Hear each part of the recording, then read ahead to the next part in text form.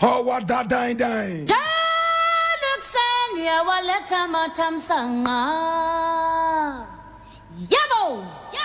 This is the voice of the patriot, and here we speak truth to power. We don't criticize, but if we must criticize, we'd only just criticize to build and not to destroy. That is why we keep saying we are in the service of God and country.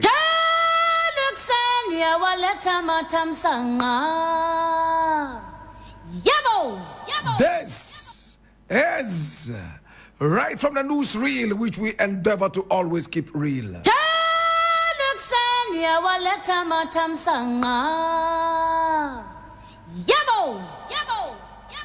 This is the voice of the patriot, and today we have a number of issues we want to look at, and I need you to come along so we look at them independently, my brother, my sister.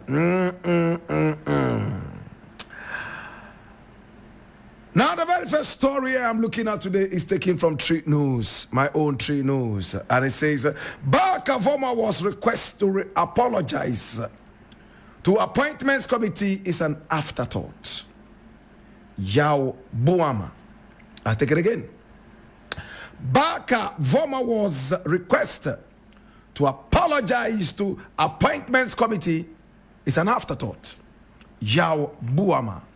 Now let's go into the main fabric of the story.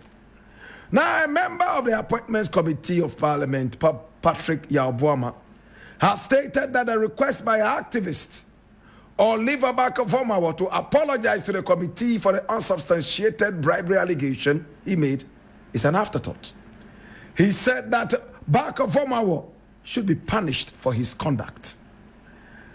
It is an afterthought, and he must be made to pay for his sins, he said during sitting on Wednesday, January 29. Now, prior to this, Nana Atudazi, lawyer for Oliver Barker-Vormawor, told the Appointments Committee of Parliament that his client did not intend to denigrate the committee with the bribery allegation. Now, appearing before the committee on Wednesday, January 29, he said it was never intentional to make disparaging comments about the committee. He added, if it is the statement of a whistleblower about some happenings that must be looked up, that is, it is the statement of a whistleblower about some happenings that must be looked at. Barker-Vormawor appeared before the committee over the allegation that committee members take money to approve ministerial nominees. On Tuesday, January 28 and 25, the committee, before beginning its vetting of Defense Minister Designator Dr. Omani Buama, stated that its intention had been drawn to the false allegation by the legal practitioner in a Facebook post on Friday, January 24. Now, chairman of the committee, Bernard Ahiafo, took exception to the allegations and demanded that Oliver appeared before the committee to substantiate his claims.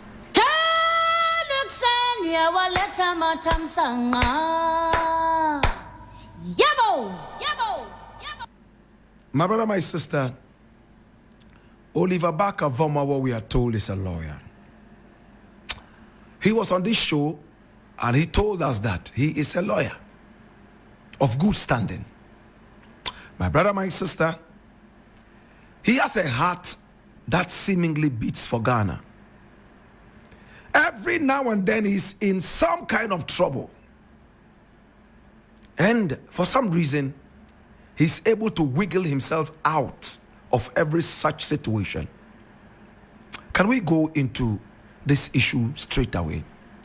I listened to the whole thing. Oliver went there quite confident. He had the backing of his lawyer, and then he sought to explain what he meant by whatever he posted. He also dissociated himself from a post that came after his original post. My brother, my sister, He said he did not know the author or the source of that any authority, and he will provide facts. Manasseh is not a cold feet guy. He is somebody who normally talks with some kind of facts. Some kind of facts underline that. Trying to read from a Manasseh book for me was good enough for everybody to listen to in Parliament. But the chairman was heard with a loud voice commanding Oliver Barker-Vormawor to apologize and leave. My brother, it was almost like saying, if you apologize, we let you off the hook and you go. But if you don't apologize and try to substantiate what you said, then you go ahead and do that. But if you want the easy way out, apologize and go. I think that was quite shambolic. How do you punish Oliver Barker-Vormawor? That he came there and was ordered to apologize. And he also decided to apologize under duress. Because that was quite threatening, my brother. The chairman's voice was heard so loud. We don't want to hear anything from Manasseh's book. Are you here to apologize or to substantiate whatever you wrote? Do you want to apologize so we put a closure to this? For me, that was quite unprofessional. It was duress laden. My brother, my sister, he was given Oliver Barker-Vormawor the leeway, the easy way out. Oliver Barker-Vormawor had made it clear, I am not here to lecture anybody. I am only here for two very important reasons. One, to explain exactly what I meant by my post and to dissociate myself from the other post which I did not utter. My brother, my sister, I think we should have been patient enough to listen to Oliver Barker-Vormawor. If we were patient to make appointees sit down there and sing the Lumba songs, if we were patient enough to make appointees speak tree, we were patient enough, my brother, my sister, to ask so many questions that did not directly relate to the very thing. My brother, my sister, we could have as well allowed Oliver Barker-Vormawor to express himself without the tacit duress that was seemingly pushed into his DNA. My brother, my sister, to Oliver Barker-Vormawor, my brother, I have been to the Parliament House before, and I had the same treatment. I was told by the speaker, are you here to apologize or what? The same thing. I know how it feels. I know how you might be feeling now.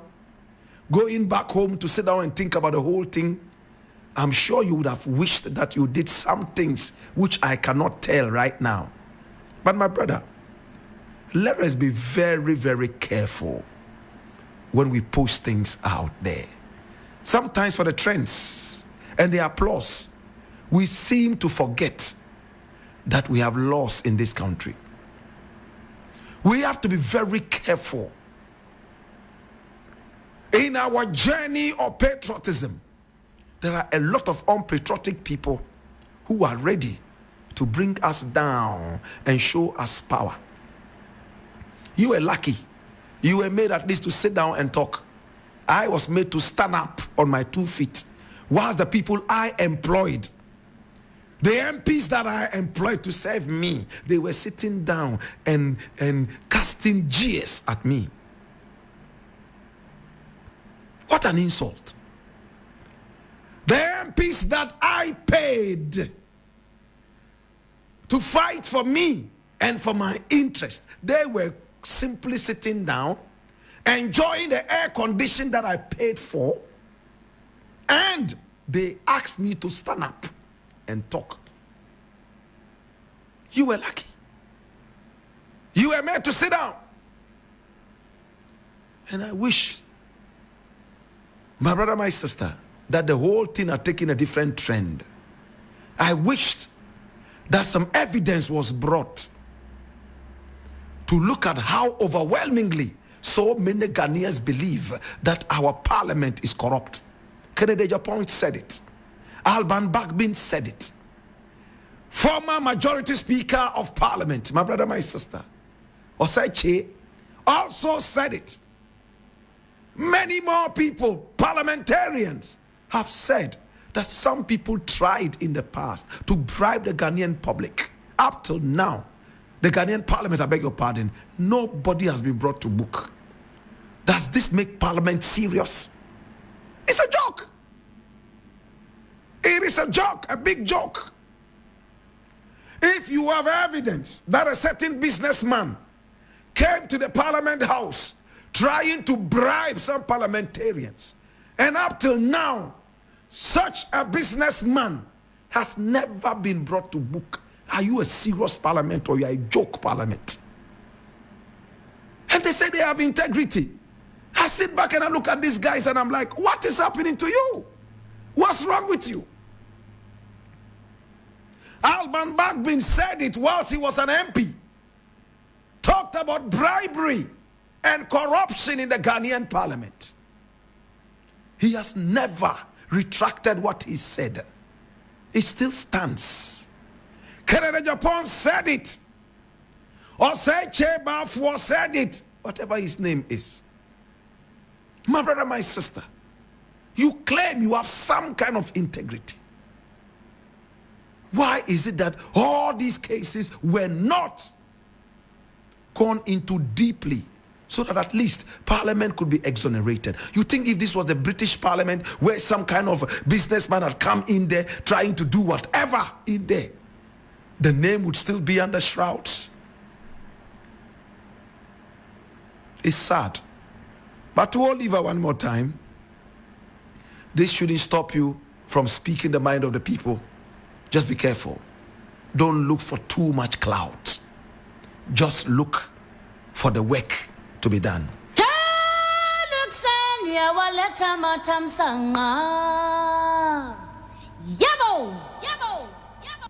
My brother, my sister, the next thing I want to look at here is very important. And I need all of us to come close and look at this. Hey, things are happening in this country. I'm reading this from my Joy Online. And it says, ambulance case. Attorney General discontinued case against Atuforsin and Richard Jakpa. Do we all remember the ambulance issue? Where it was said by the government that Ghanaians overwhelmingly voted out the Nana Akufo-Addo Bawumia government.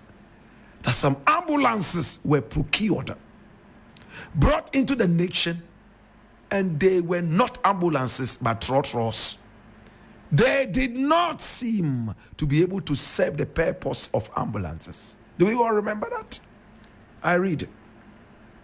The Attorney General and Minister of Justice, Dr. Dominic Ayini, has discontinued the controversial ambulance case against former Majority Leader and now Finance Minister Dr. Kasiela Tufosin and businessman Richard Jakpa, the third accused.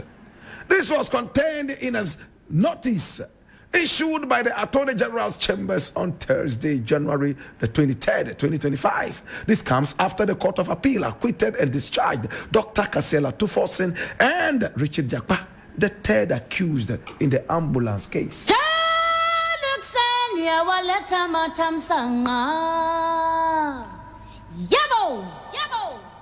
So it looks like what is happening right now is,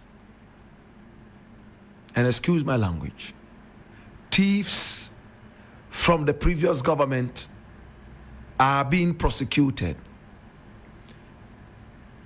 whilst the case is tarrying.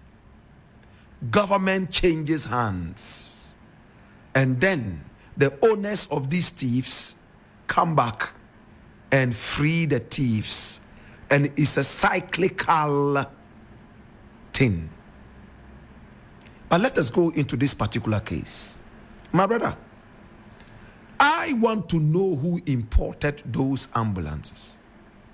Why were the ambulances left at the Parliament House at the mercy of the weather? The average Ghanaian taxpayer deserves to know. Don't disrespect the Ghanaian taxpayer. Our money was used to procure a number of ambulances. And when they came into the country, it was said that those ambulances did not merit the status of ambulance. And for that matter, they were left at the mercy of the vagaries of the weather. They rotted up. The Ghanaian taxpayer, one more time, was disregarded, and it was a hemorrhage dealt to our economy. My brother, my sister, who procured those ambulances? Why were the ambulances not used, but rather allowed to rot in front of the very eyes of lawmakers and the executive? The Ghanaian taxpayer needs to know.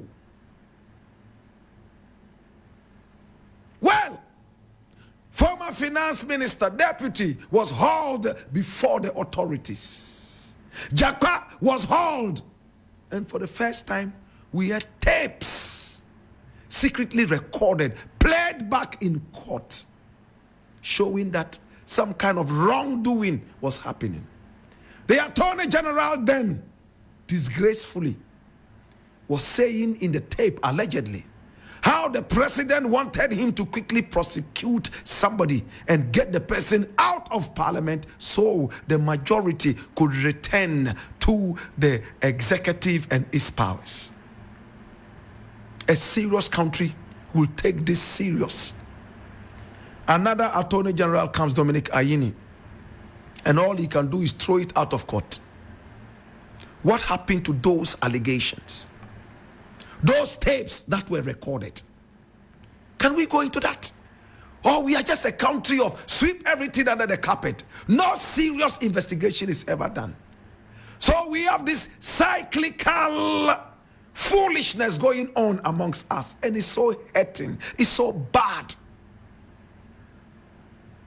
We should be able to authenticate forensically if the then Attorney General made those utterances. Can we put him to jail? In jail? If all these irresponsible blokes start going to jail one after the other, we will replicate the Malaysian and Singaporean situations. You start jailing the big men. The little men will take a cue from that. If you go to church and you realize that your prophet has died, then you know that as for you, dear, you are just a little nitwit. My brother, my sister, but they've thrown it out of court. Said we are going to go Opuni issue thrown out of court because their party is in power. Can we go deeper into this? Tell us how these cases were thrown out of court. What kind of compensation would have to be paid? Who has to suffer for whatever decision they took? But no, when another party comes into power, it's time to reward their Matthias, in quotes. Are we treating our country well? Now another party is waiting to come into power. They are waiting, my brother, my sister, to reward their Matthias. You know what it means to say Matthias? Somebody who has suffered for the party, not for the country. Their party Matthias, my brother, my sister, shall be exonerated politically and rewarded. My brother, my sister, and Ghana shall be the loser. It hurts me that all these things happen. Yet, our parliament still says it has integrity. Where is that integrity? When ballot paper can be chewed by sitting MPs to disrupt certain elections, When parliamentarians are seen kicking each other, slapping each other in the stomach, throwing insults at each other, even kindergarten children don't do that. If you grown ass men can do this, where is that integrity? Who wants to be a parliamentarian in Ghana? Nobody wants to be, except a few greedy ones who are in there for their own whims and caprices. That is what the youth are beginning to say now in Ghana. Politics is dirty. Politics is all about corruption. And it doesn't look like there's anybody who is ready to change this rhetoric. Are we going forward or we are moving backwards? Nana Addo is the biggest disappointment our political landscape has ever seen. He should bow down his head in shame. Bawumia is the next one. As for these two guys, I know where they will go. And where they will go is not heaven. My God. Well, to John Dramani Mahama, we have seen enough inaction. I like the way you've started. A lot of energy, pushing things. My brother, if 1 million Ghanaians will not support you to make Ghana move forward, remember that 1 million more are ready to support you, as if to say, Kuma pema, apembeba. It hurts me for Ghana. I wish I would live for more than 5,000 years to see how Ghana would be in the next few years.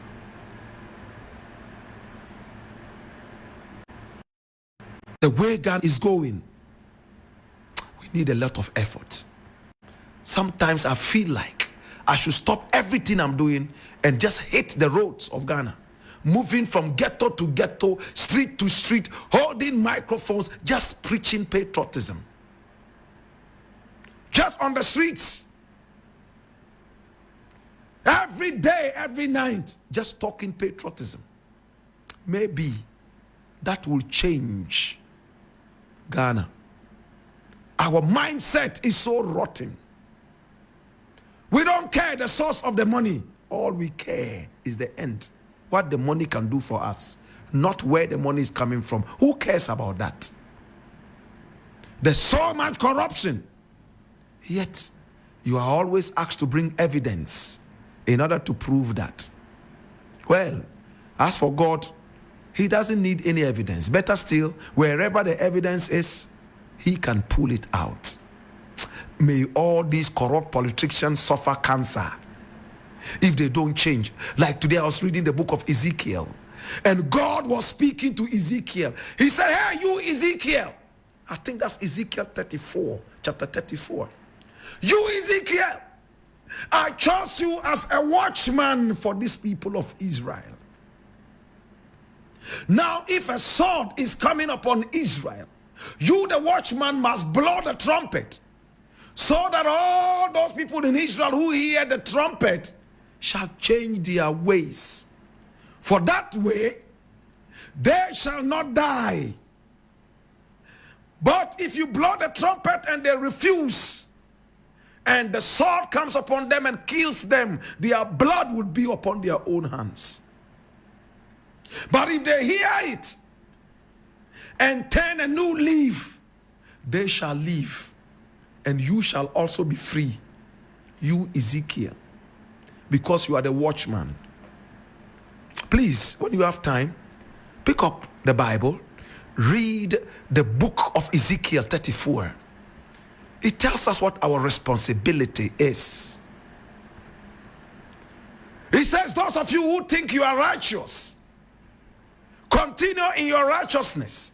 But if you overly rest on the hours of your righteousness and start doing evil, I will forget everything righteous you have done and judge you by your evil and slay you, and your blood shall be upon your own hands. Hallelujah. Praise the Lord.